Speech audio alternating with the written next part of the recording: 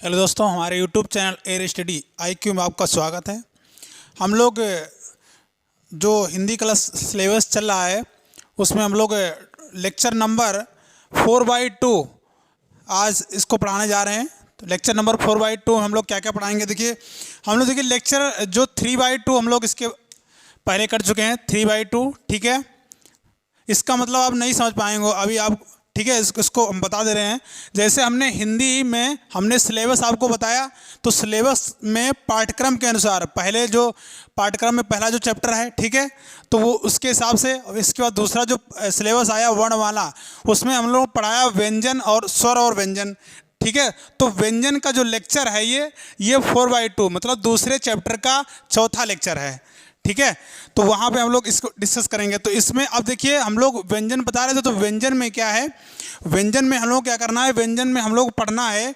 अब पहले हमने इसके पहले उच्चारण के आधार पे इसके जो 3/2 है लेक्चर में उसमें बता चुके हैं उच्चारण के आधार पे। अब हम लोग बताएंगे घोष के आधार पर, ठीक है। घोष के आधार पर व्यंजन कौन कौन से होते हैं, देखिए अघोष,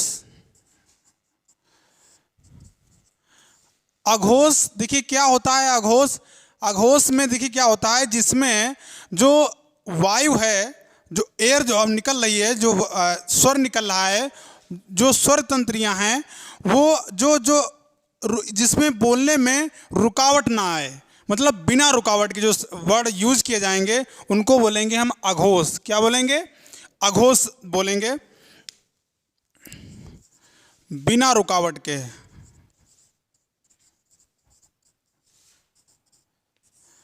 ठीक है, जो वर्ड यूज किए जाएंगे बिना रुकावट के। जैसे जैसे और कौन कौन से होते हैं, जैसे प्रत्येक वर्ग के पहले और दूसरे, पहले और दूसरे। देखिए इसकी ट्रिक क्या है, 1 और 2। इसकी ट्रिक ऐसे याद कर लीजिए, 1 और 2 मतलब 12 हो गया। अब 12 का मतलब ये हो गया कि पहला, ठीक है, और दूसरा, पहला अक्षर और दूसरा अक्षर ये क्या होंगे, अघोष होंगे।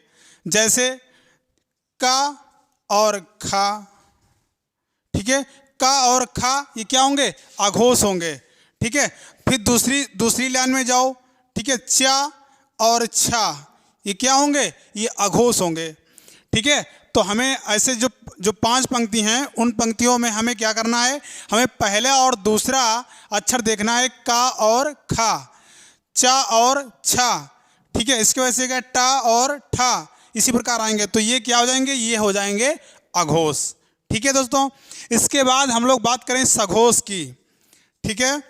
तो सघोष में देखिए क्या होगा, सघोष में मतलब जो वो वर्ड जिसमें बोलने में कुछ रुकावट आए, जिन वर्डों को बोलने में थोड़ी सी रुकावट आए तो उनको क्या बोलेंगे, उनको सघोष बोलेंगे, ठीक है।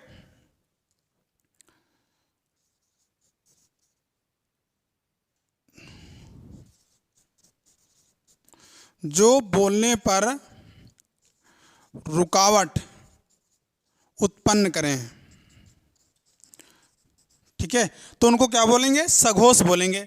अब देखिए सघोष में 3, 4, 5 हम लोगों को ऐसे याद करना है, 345। इसका शॉर्ट ट्रिक क्या है, 345।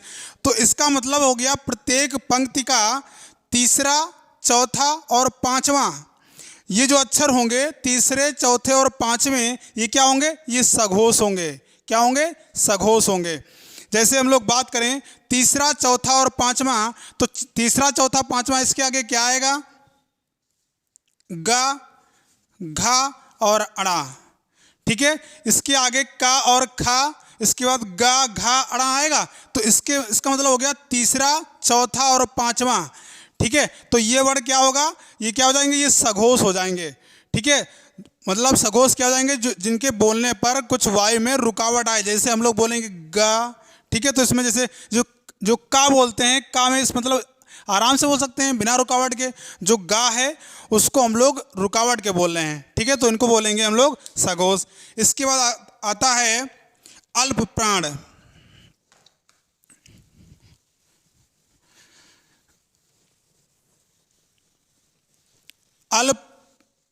अल्प प्राण और महाप्राण। तो अल्प प्राण क्या होता है,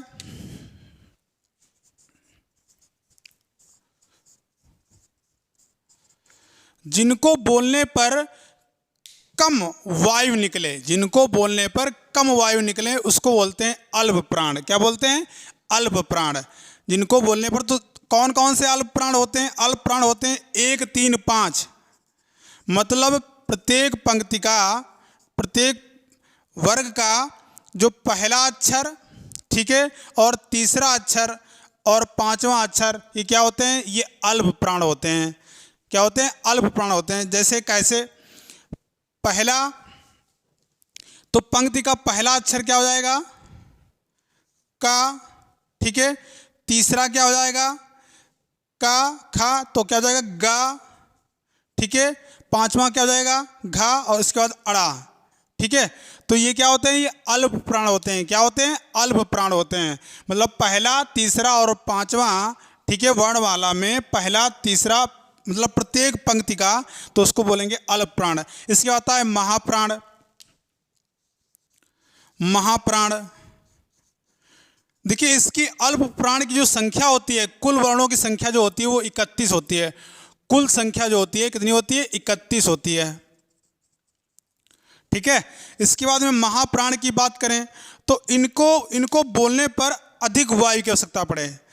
महाप्राण क्या होंगे? इनको बोलने पर अधिक वायु की आवश्यकता हो, ठीक है, तीव्र, तो इनको बोलेंगे महाप्राण। महाप्राण कौन कौन से होते हैं? महाप्राण होते हैं दूसरे और चौथे, प्रत्येक पंक्ति का दूसरा और चौथा अक्षर क्या होगा? महाप्राण होगा, ठीक है।